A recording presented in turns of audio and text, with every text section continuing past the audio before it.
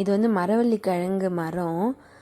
என்ன ஆச்சுன்னா, ஏற்கனவே மரம் நிறைய இருந்துச்சு. சரி வெட்டி சும்மா ஒரு களையை வந்துட்டு இந்த பக்கம் போட்டுட்ருக்காங்க.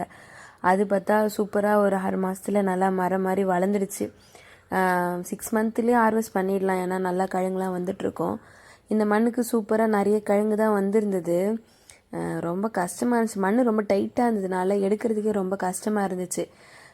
ஒரு சைடில் வந்து குழா பழுப்பு போகுது, கீழே டேங்க்லேருந்து மேலே டேங்குக்கு தண்ணி ஏறுறதுக்கு.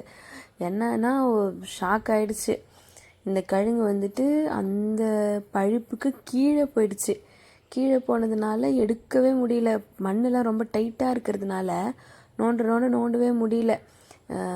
எப்படி பார்த்தாலுமே கிழங்கு அடிபடும் போல். வேறு வழியே இல்லை. ரொம்ப நேரம் ட்ரை பண்ணிட்டு அதை கட் பண்ணி எடுத்துட்டோம். என்னென்னா இது கட் பண்ணி எடுத்தால் சீக்கிரமாக செஞ்சு சாப்பிடணும், இல்லைனாக்கா அந்த பக்கமாக இருந்து அழுகிட்டே வந்துடும். எடுத்துகிட்டும் வந்துட்டோம். அப்படியே கொஞ்சம் கொஞ்சமாக நிறைய நோண்டி எடுத்தாச்சு.